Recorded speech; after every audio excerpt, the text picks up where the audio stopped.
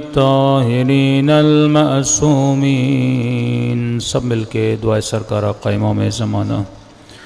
الہی عظم البلاء وبرہ الخفاء وانکشف الغطاء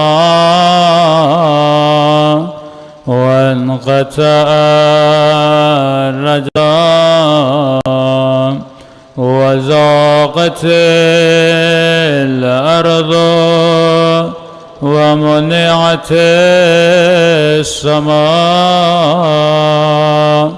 وأنت المستعان وإليك المشتكى وعليك المؤول في الشدة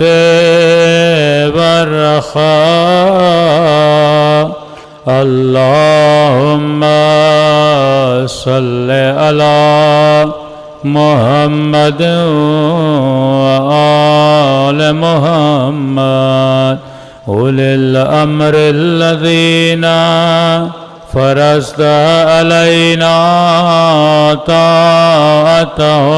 طاعتهم وعرفتنا بذلك منزلتهم ففرج عنا بحقهم فرجا عاجلا قريبا كلمح البصر أو هو أقرب. يا محمد يا علي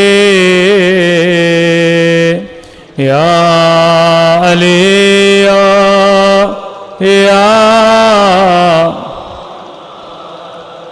يا محمد يا علي يا علي يا محمد اكفياني فإنك ما كافيا وانصراني فإنك ما ناصرا. يا مولانا يا صاحب زمان الغوث الغوث الغوث أدركني أدركني أدركني الساعة الساعة الساعة العجال العجال العجال يا أرحم الراحمين. صلوات پڑھے محمد وآلہ.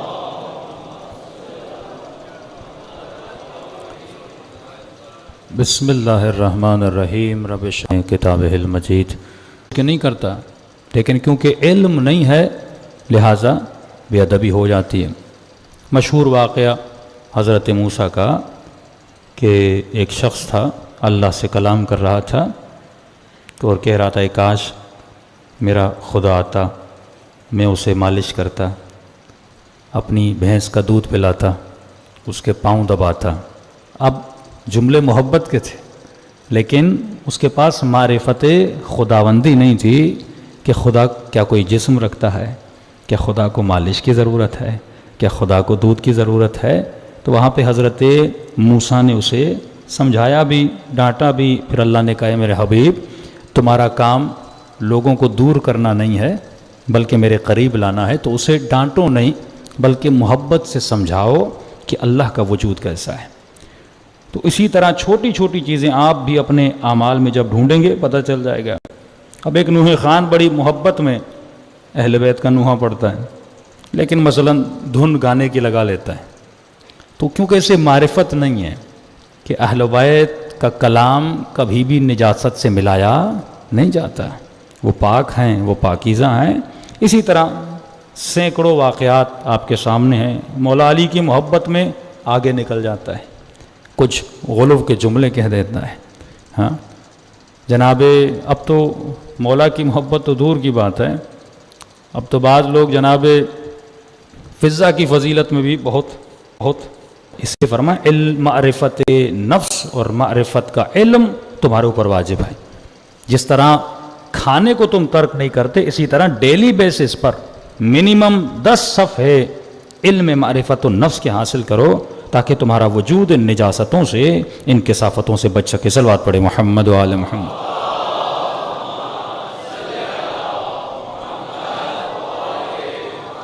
وَأَجِّلْ فَرْجَهُمْ، ہم روزانہ آپ کو سمجھا رہے ہیں کہ انسان کی حقیقت جو ہے انسان کا جسم ہے، حقیقت انسان کا روح ہے، جسم نہیں ہے۔ لیکن کیونکہ ہم اور ہمارا زیادہ وقت جسم کے ساتھ گزرتا ہے، میں نے انچولی کی امام بارگاہ میں بھی اس کو تھوڑا ٹچ دیا تھا، یہاں پہ تھوڑی تفصیل آپ کی خدمت میں بیان کر دوں۔ جسم ہے محدود، علمی بحث ہے، غور سے سنیے گا۔ جسم ہے محدود، لمیٹڈ، روح ہے لامحدود۔ جسم کی ضرورتیں بھی محدود ہیں، روح کی ضرورتیں لامحدود ہیں۔ مثال کے طور پہ اگر آپ کو کتنی بھی بھوک لگی ہو، آپ کھانا کتنا کھائیں گے؟ جتنا پیٹ بھر جائے، 2 روٹیاں، 4 روٹیاں، 5 روٹیاں، بھائی میکسیمم 11 روٹیاں کوئی کھا لے گا، کیونکہ جسم محدود ہے۔ اب خدا نے کیا کیا کہ ایک محدود وجود میں لامحدود وجود ڈال دیا۔ جو محدود تھا اسے لامحدود عطا کر دیا، اسے روحانی پاور دے دیا۔ اب یہاں پر جسم اور روح کی تمناؤں کا کلیش ہوتا ہے۔ اگر انسان کو اپنے روح کی معرفت نہ ہو تو اس کلیش میں پھنس جاتا ہے۔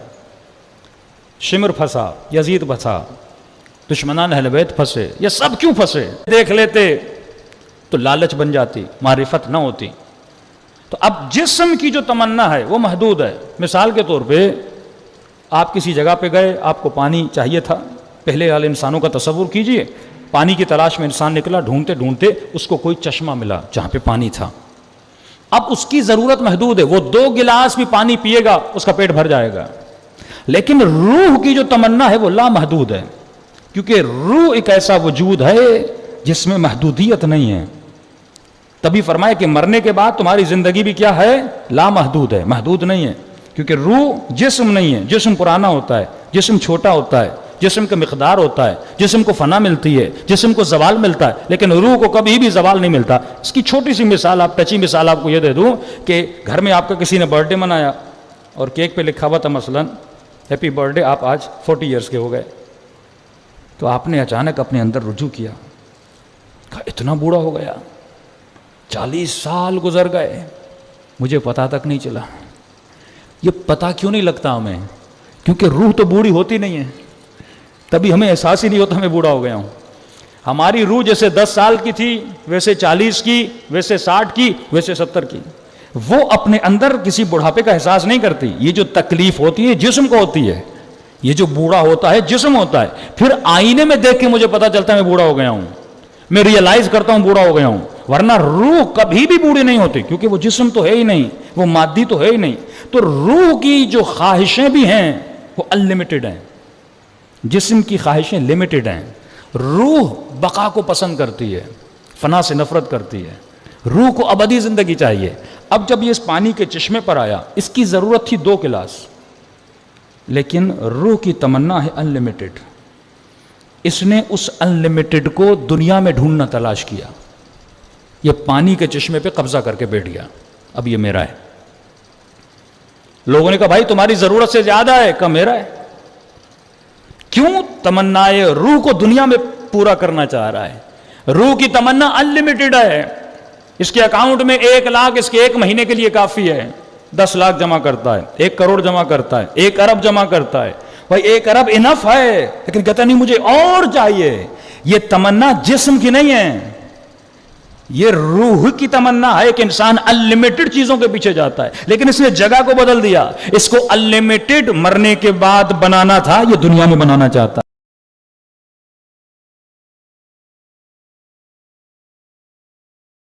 مر گئے.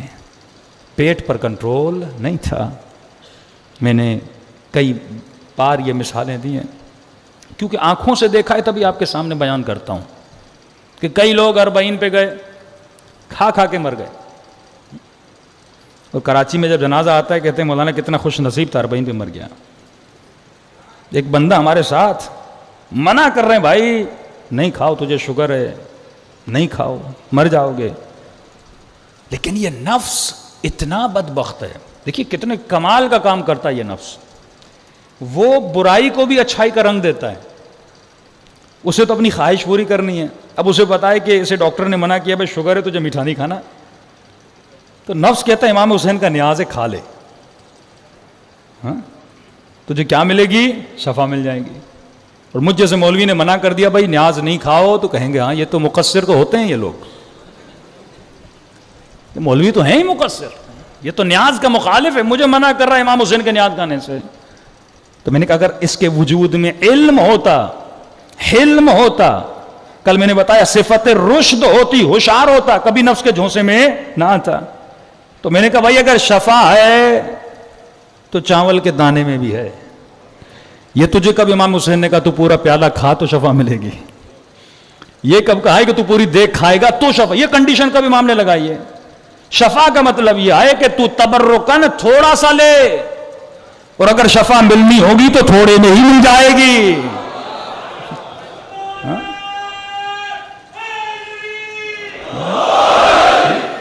لیکن اب ظاہر گھر لے جائے گا، بیوی کہے گی نہیں کھاؤ، نیاز ہے، بیچاری چپ ہو جائے گی. بیٹا کہے گا بیٹا نیاز ہے امام حسین کا، منع کر رہے ہو بابا کو، ہاں دشمن ہو والد کے تم، کھاؤں گا تو شفا ملے گی.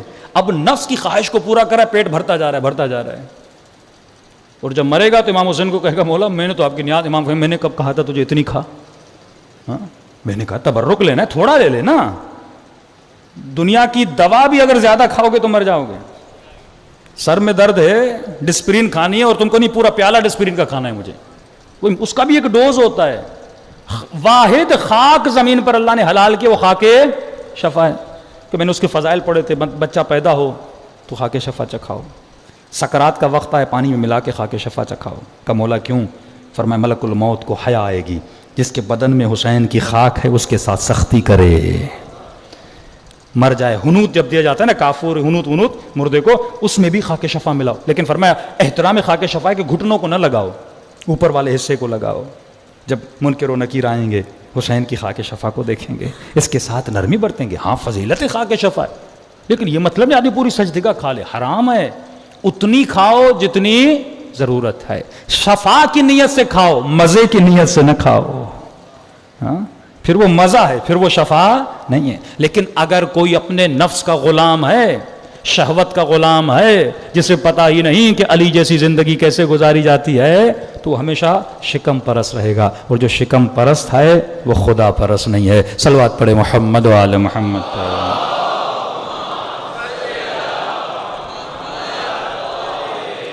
محمد وعجل فرجہم.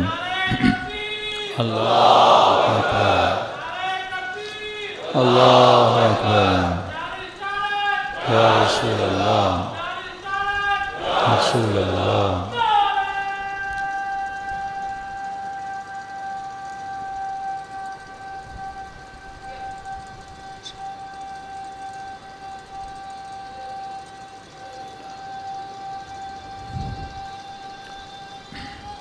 حیدری. رسول خدا فرماتے ہیں تب تک کوئی انسان متقی نہیں بن سکتا جب تک اس کے اندر کچھ عادتیں نہ ہوں. یہ عادتیں ڈیولپ کرو. میں نے کہا تھا نا کہ عادت ایک دھاگے کی طرح ہوتی. ایک دن نماز شب پڑھی، باریک سا دھاگا، 2 دن پڑھی، تھوڑا اور مضبوط ہوا. لیکن جب 2 سال 3 سال گزر جاتے ہیں تو یہ دھاگا زنجیر سے بھی زیادہ کیا ہو جاتا ہے؟ مضبوط ہو جاتا ہے. لیکن فرمایا کہ نفس بھی سانپ کی طرح ہے. اب یہ مت سمجھنا تم 2 سال سے نماز شب پڑھ رہو یہ پھر تجھے گمراہ نہیں کرے گا. اس کو 24 گھنٹہ تجھے اس شخص کی طرح جیسے ہمیشہ ڈر ہے کہ میرے گھر پہ حملہ نہ ہو جائے, تجھے ڈر کے رہے, اور اس کے روٹس کو جاننا ہے. دیکھیے اس کے روٹس زیادہ نہیں ہیں, پیٹ ہے, شہوت ہے, مال کی محبت ہے, ہاں یہ 3 چیزوں کو استعمال کرتا ہے. اب جوان ہوتا ہے آدمی کے اندر شہوت ہوتی ہے, جب شہوت ہوتی ہے تو کبھی فلم, کبھی ڈرامہ, کبھی نامحرم کی طرف کھینچتا ہے, تو مختلف چیزوں میں اس کو ڈال دیتا ہے. اب جن سے مخالف اسے اٹریکٹ کرتی ہے اور یہ بھی چاہتا ہے کہ میں اٹریکٹ ہو جاؤں, ہاں جن سے مخالف اٹریکٹ کرتی ہے اور یہ بھی چاہتا ہے کہ میں کیا ہو جاؤں, اٹریکٹ ہو جاؤں. اس اٹریکشن کو پیدا کرنے کے لیے پھر دنیا میں ساری چیزیں پیدا ہوئی ہیں. اچھا یہ بھی ایک عجیب کمال ہے, دنیا چل رہی ہے, عقل کا کام صرف یہ ہے کہ کوئی ایکٹیویٹی دکھائے. اب جب انسان کی ضرورت بنی, مثلا سونا انسان کی ضرورت ہے, تو عقل نے بستر بنانا شروع کی. سفر کو طے کرنا انسان کی ضرورت ہے, عقل نے گاڑی بنائی, عقل نے جہاز بنایا. ہاں تمام تر چیزوں, یہ کائنات جو چل رہی ہے اس کا بیس آپ کے ایموشنز ہیں. اگر یہ ایموشن یعنی اگر انسان ایموشن لیس ہوتا, آپ کے اندر محبت نہ ہوتی, آپ کے اندر یعنی آپ تصور کریں کہ انسان کے اندر حسن پرستی کا جذبہ نہ ہوتا, تو انسان کبھی خوبصورت کپڑے نہ بناتا, کبھی خوبصورت گھر نہ بناتا, کبھی انجینئر بنتا ہی نہیں انسان. یہ انجینئر کیوں بنتا ہے؟ کیونکہ اس کے اندر حسن کا جذبہ ہے, یہ مختلف خوبصورت چیزیں بناتا ہے. اب آپ کی آنکھ ہے, آپ کی نظر جو ہے وہ کم ہو گئی, ڈاکٹر نے آپ کو آئینہ لکھ کے دیا. اب یہ چشمہ جو ہے میں دھاگے سے باندھ کے بھی لٹکا سکتا ہوں کہ جب ضرورت پڑے تو ایسے کر کے دیکھوں, یا 2 دھاگے باندھ دوں اپنے سر پہ, لیکن نہیں, آپ دکان پہ جاتے ہیں وہاں 100 فریم ہوتے ہیں, کیونکہ حسن پرستی کا جذبہ ہے. آپ ہر فریم پہن کے دیکھتے ہو. تو حسن نے عقل کو مجبور کیا کہ عقل مختلف چیزوں کو کریٹ کرے. عقل کریشن کرنا شروع کر دیتا ہے. گاڑیوں کے مختلف ماڈلز کیوں ہیں, موبائل کے مختلف ماڈلز کیوں ہیں؟ کیونکہ آپ کے اندر حسن پرستی کا جذبہ اللہ نے رکھا ہے, یہ جذبہ, اور عقل اس جذبے کی خاطر کریشن کرتا ہے. آپ حسن پرست ہو. اسی طرح انسان میں شہوت ہے, اگر شہوت نہ ہوتی کبھی شادی نہ کرتا. شادی کرتا ہے اس لیے کیونکہ اس کے اندر کس کا جذبہ ہے, شہوت کا جذبہ ہے. اگر ماں کے دل میں اولاد کی محبت کا جذبہ نہ ہوتا, واللہ بتائیے کوئی عورت تیار ہوتی بچہ پیدا کرنے پر؟ کتنی تکلیف اٹھاتی ہے عورت, بچے کو 9 مہینہ پالتی ہے, پھر وہ پیدا ہوتا ہے, پوری رات اس کے لیے جاگتی ہے صرف اس جذبے کی خاطر. پھر عقل کیا کرتا ہے, اس بچے کے لیے سہولتیں پیدا کرتا ہے, مختلف مارکیٹ میں چیزیں آتی ہیں. تو یہ ساری جو دنیا چل رہی ہے ایموشنز پہ, اور اس ایموشنز جو ہیں وہ عقل کو آرڈر دیتے ہیں, چیز بناتا ہے پھر عقل انسان کی آرامش کے لیے. اب ان ایموشنز کو شریعت آ کر کنٹرول کرواتی ہے. شریعت ایموشنز کی دشمن نہیں ہے کہ آپ کو کہے کہ محبت نہ کرو, آپ کو کہے تو شہوت بالکل ختم, آپ کو کہے کہ کھانا نہ کھاؤ. نہیں, شریعت حدود بناتی ہے, کھانا کھاؤ لیکن اتنا کھاؤ جتنی ضرورت ہے. ہاں شہوت تمہارے بدن کی ضرورت ہے, شادی کر لو, تمہارا ایمان بڑھ جائے گا, نماز کا دگنا ثواب ہو جائے گا. کیوں خود کو گناہوں میں آلودہ کرتے ہو؟ اور جب تو گناہوں میں چلا جاتا ہے تو اے مسلم, اے مومن, یہ جان یہ تمہارے جسم کے لیے بھی نقصان دہ ہے. یہ ریسرچ ہے, سال میں 10 لاکھ لوگ ایڈز سے مرتے ہیں, 10 لاکھ لوگ. عذاب الہی ہے کہ جب تو گناہ میں جاتا ہے تو اب خود کو بدبخت کرتا ہے, اپنے خاندان کو بدبخت کر دیتا ہے, کیونکہ تیرے وجود میں سیلف کنٹرول نہیں تھا. اب فرمایا دیکھ, متقی کی 3 نشانیاں ہیں. اگر یہ نشانیاں تیرے اندر ہیں تو متقی بن سکتا ہے, اگر نہیں ہے تو قطعاً متقی. پہلی نشانی متقی کی یہ ہے کہ متقی محاسبہ کرتا ہے, وہ کیلکولیشن کرتا ہے. جس طرح تو اپنے کاروبار کا حساب و کتاب کرتا ہے, صبح سے شام تک کتنا آیا اور کتنا گیا, کتنے کی خرید تھی اور کتنے میں بیچا. ہاں بھائی اتنا نفع ہو گیا, اب یہ بجلی کا بل ہے, اب اتنا میرے پاس بچ گیا, میں گھر کا خرچہ چلاؤں گا. اسی طرح یہ جو تمہارے لمحات ہیں, یہ جو تمہارے گھنٹے ہیں, یہ جو تمہارے لہجے ہیں, یہ اللہ کی انویسٹمنٹ ہے جو اس نے تجھے کان دیے, آنکھیں دیں, زبان دی. تم نے ان ہاتھوں سے ارن کیا کیا, کمایا کیا؟ یہ ڈیلی بیسس پر تمہاری ارننگ ہو رہی ہے. یا تو لاس میں جا رہا ہے یا تو پروفٹ فائدے میں جا رہا ہے. اگر نقصان کا نام جہنم ہے, فائدے کا نام جنت ہے. اگر تو اپنے اعضاء سے فائدہ کر رہا ہے تو جنتی بن رہا ہے, لیکن اگر تو اپنے اعضاء سے نقصان کر رہا ہے تو جہنمی بن رہا ہے. ہاں پہلی چیز کہ مومن کیا کرتا ہے, محاسبہ کرتا ہے.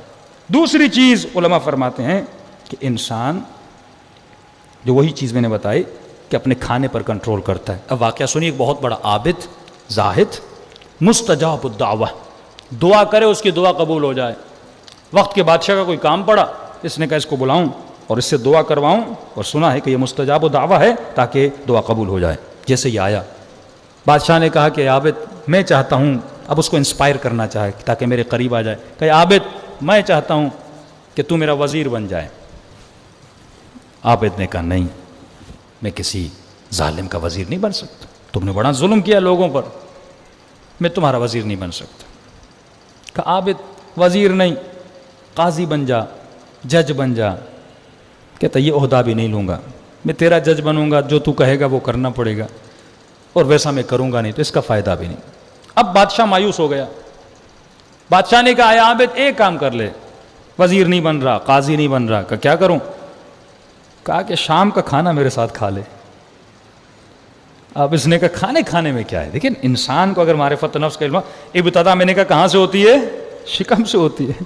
تم محاسبہ کرو کہ اس جسم سے کیا ارن کر رہا ہے, کیا کما رہا ہے. کانوں میں آوازیں جا رہی ہیں, آنکھوں میں تصویریں جا رہی ہیں, زبان سے الفاظ اکٹھے کر رہے ہو, شکم میں کھانا جا رہا ہے. کھانا کمایا کہاں سے, کمائی ہوئی کہاں سے, پیسہ آیا کہاں سے؟ اگر اس کا محاسبہ نہ ہو تو زندگی ختم. اس نے کہا کھانے میں کیا ہے؟ بادشاہ کے ساتھ بیٹھا سفرے پر, لذیذ لذیذ کھانے, اس نے کھانا شروع کیا اور جیسے حرام کا لقمہ پیٹ میں گیا, خون بنتا گیا. وہیں پر شیطان نے اس پہ حملہ کیا. کہا کہ وزیر بننے میں کیا ہے, تو جب وزیر بنے گا تو اتنے غریبوں کی مدد کرے گا. ہاں, شیطان ایک نیک آدمی کو یہ نہیں کہے گا کہ وزیر بن کے شراب پی, نہیں, وہ کہے گا تم غریبوں کا فائدہ کرے گا.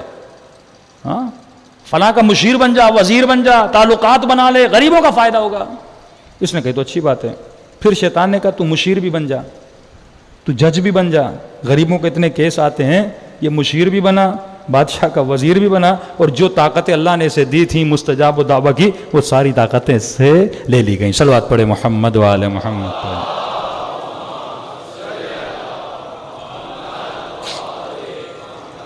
پہلی چیز انسان اپنا محاسبہ کرے. دوسری چیز رسول فرماتے تب تک متقی نہیں بن سکتا جب تک اپنے کھانے کا خیال نہ کرے. میں نے کئی سال پہلے اس ممبر سے بتایا تھا کہ پلے سٹور پہ ایک سافٹ ویئر ہے, حلال ای کوڈز. ہاں, لکھیں حلال ای کوڈز. جتنی بھی چیزیں آپ لیتے ہیں نا, آئس کریم لیتے ہیں, مختلف چیزیں لیتے ہیں. اب مجھے نہیں پتا پاکستان کا جو حلال بورڈ ہے وہ کتنا اسٹرکٹ ہے ان چیزوں پر. یہاں تو رشوت آپ کو پتہ ہے عام ہے, تو اس کی تحقیق اب کسی کمپنی کو پاکستان میں فون کرتے ہیں وہ بھی رپلائی نہیں دیتے, ورنہ یورپ اور امریکہ میں یہ کہ آپ کمپنی والوں کو فون کریں, اس سے پوچھیں یہ جو چیز آپ نے ڈالی یہ کیا ہے, تو کمپنی پوری آپ کو کیا دیتی ہے؟ ڈیٹیل دیتی ہے. اب یہاں کے حلال بورڈ کو دیکھنا پڑے گا اس میں ہمارے شیعہ ہیں کہ نہیں ہیں. تو اگر نہیں ہیں اور ایسے ہی پاکستان میں حلال کا ٹھپا لگ جاتا ہے چیزوں پر, تو آپ اپنے بچوں کو کیا کھلا رہے ہیں؟ حرام کھلا رہے ہیں. ہاں, ہمارے استاد بتاتے ہیں کہ کینیڈا میں ایک مومن کے گھر میں آئس کریم آئی, سب نے آئس کریم کھولی, کھاؤ. تو انہوں نے کہا پہلے چیک تو کرو. کہا مولانا تو آئس کریم ہے. کہا پیچھے دیکھو انگریڈینٹس آپ دیکھتے ہیں اس میں ای کوڈز ہوتے ہیں. آج تک کسی مومن نے چیک, ایون آپ چنگم بھی لیتے ہیں نا, جیلیز کا تو 90% حرام ہے جتنی جیلیز آپ کھاتے ہیں. چنگم جو آپ لیتے ہیں, ایون چھوٹی سی چیز آپ لیتے ہیں, اس کے پیچھے پڑھیں انگریڈینٹس اس میں کیا ہے, تو لکھا ہوگا ملک ہے, پاؤڈر ہے, اور کچھ چیزیں جن کے نام نہیں ہوتے, جسٹ لکھا ہوتا ہے E110, E134, E334, تقریباً 500 کے قریب 400 کے قریب یہ ایز ہیں. ای انہوں نے کیوں رکھا؟ چھپانے کے لیے. وہ یہ نہیں لکھے گا میں نے خنزیر کی چربی ڈالی, وہ کر دے گا کوڈ ورڈ کہ اس میں اینیمل فیٹ ہے اور اس کی ای یہ ہے. اب انہوں نے آئس کریم کو جب چیک کیا تو اس میں اینیمل فیٹ تھا. اب کینیڈا میں اینیمل فیٹ کا مطلب یہ ہے کہ وہ حرام ہے. تو مولانا نے کہا بھائی یہ تو حرام ہے, تم لوگ کیا ڈیلی بیسس پہ آئس کریم کھا رہے ہیں, امام حسین کی مجلس میں آ رہے ہو, اور نیاز میں بھی بعض لوگ آتی آئس کریم میں تقسیم کرتے رہتے ہیں. تو ایک مومنٹ اس نے کہا مولانا کوئی بات نہیں, ایک بار کھا لینے میں کیا ہوتا ہے. صلوات پڑھے محمد و آل محمد.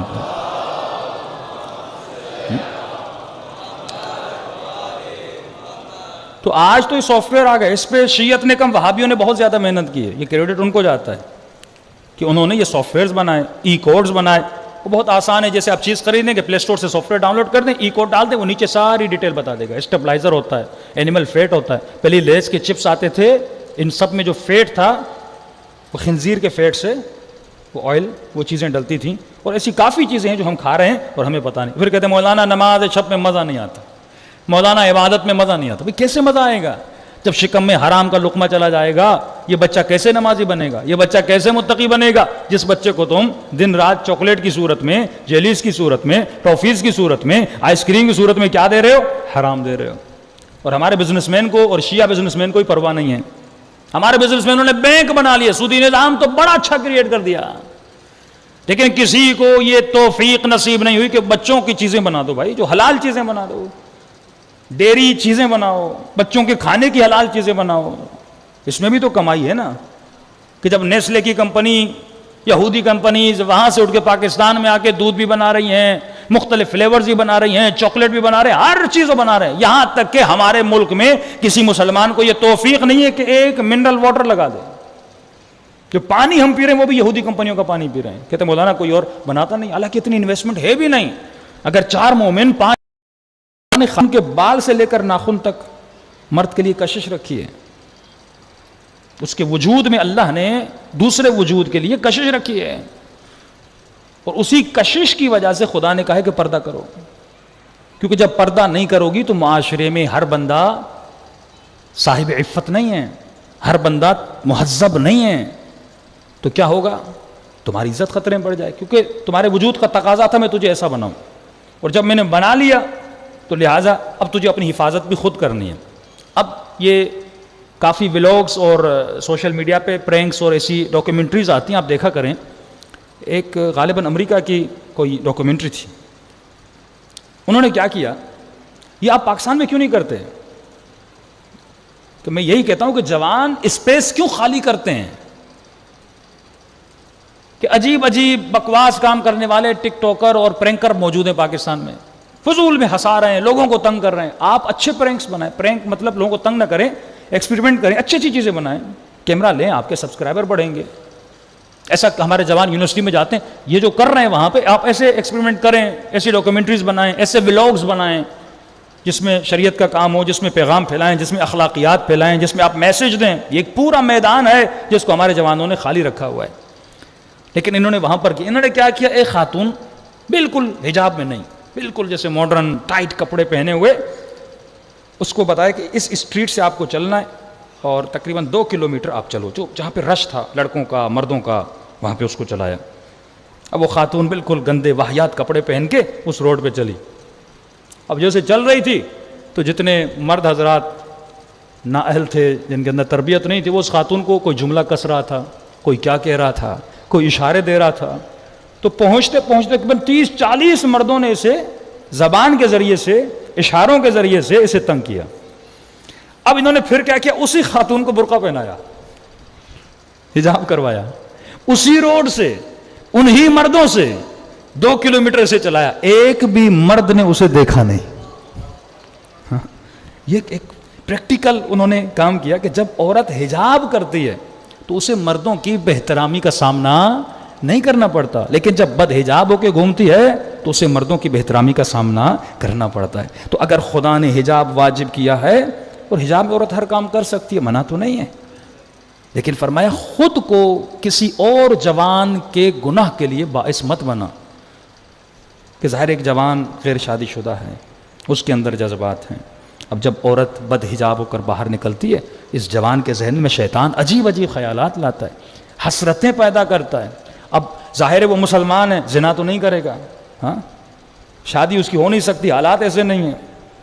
ایک طرف میڈیا، ایک طرف موبائل، تو یہ ذہنی اعتبار سے ڈپریشن کا شکار ہو جاتا ہے. کئی نوجوانوں کے فون آتے ہیں، پریشانیوں کا شکار ہو جاتے ہیں. تو امام نے، چھٹے امام فرماتے ہیں کہ نگاہ حرام، صلوات پڑھیں محمد،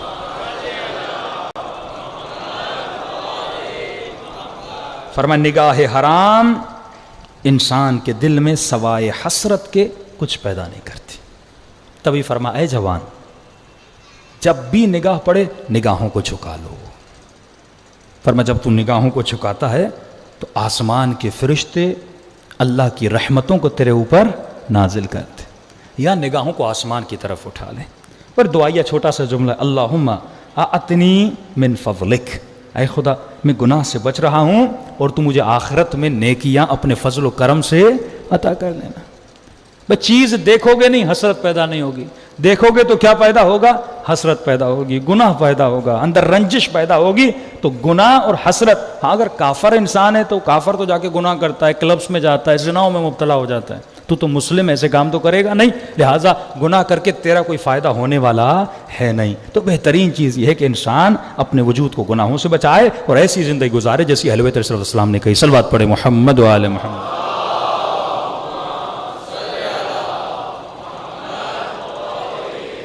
محمد وعجل فرجہم. رسول خدا فرماتے ہیں کچھ لوگ قیامت کے دن ایسے ہیں جو آئیں گے اور پہاڑوں سے زیادہ ان کی نیکیاں ہوں گی، پہاڑوں سے زیادہ. لیکن پھر بھی خدا کیا کہے گا؟ ان کو جہنم کی آگ میں بھیج دو. جب وہ پوچھیں گے پروردگارا ہمیں جہنم کی آگ میں کیوں بھیجا جا رہا ہے؟ پھر وہی آواز آئے گی کہ انسان تمہیں اپنے وجود پر کنٹرول نہیں تھا. یہاں تو نماز پڑھتا تھا، شام کو جا کے پھر گناہ کرتا تھا. انما یتقبل اللہ من المتقین. اللہ قبول کرتا ہے کس سے؟ متقین سے. اب گاڑی میں بیٹھا ہے، ہاتھ میں تسبیح ہے، سبحان اللہ سبحان اللہ، اور آنکھوں سے نامحرموں کو دیکھ رہا ہے. ہمارے استاد ایک لطیفہ بتاتے تھے، درس اخلاق کیوں کافی سیریس ہو جاتا ہے تو بیچ میں تھوڑے لطیفے ہی بتا کر دیا. ایک بوڑھا آدمی تھا، بس میں بیٹھا ہوا تھا اور ذکر کر رہا تھا استغفر اللہ ربی واتوب الیہ، استغفر اللہ ربی واتوب الیہ. اور جیسے کوئی خاتون گاڑی میں سوار ہوتی تو اسے دیکھتا تھا پھر کہتا تھا استغفر اللہ ربی واتوب الیہ. پھر کوئی اور خاتون آئی بدحجاب، اسے دیکھا کہا استغفر اللہ ربی واتوب الیہ. یہ ایک عجیب آدمی استغفر اللہ ہی پڑھ رہا ہے اور دیکھ کے پھر استغفر اللہ کہہ رہا ہے. تو کہا ایک اور خاتون آئی تو اس نے پیچھے سے کہا قبلہ ایک اور استغفر اللہ بھی آ گیا ہے. صلوات پڑھے محمد و آل محمد پر.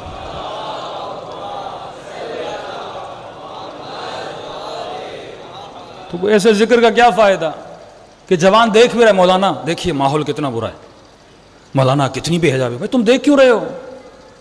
بے حجابی ہے جو بھی ہے، تمہارا کیا جائے، تم اپنے راستے سے جاؤ، اپنے کام سے کام رکھو.